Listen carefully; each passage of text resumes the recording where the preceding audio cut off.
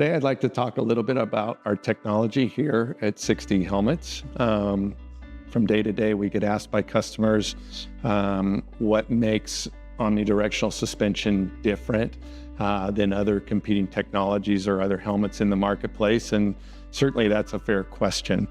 When I'm talking about it, I like to kind of refer to our helmet as a helmet within a helmet.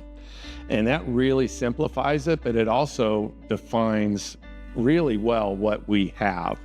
In each 60 helmet, we've got an inner liner that is suspended inside of an outer liner that is connected to the outer shell of the helmet. And that suspension system is the key element for omnidirectional suspension.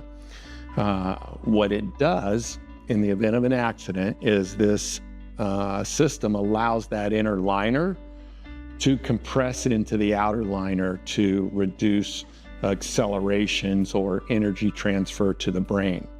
And when it's doing that, it has the ability to translate and shear omnidirectionally within itself. And that's a capability that is really not out there anywhere else. This suspension capability reduces the rotational acceleration, it reduces the low energy transfer, and it's just a better mousetrap, if you will. These materials and the way we've engineered the helmet to be assembled allow us to rebuild helmets that have inner EPS liners, which is a capability that no other helmet manufacturer has out there.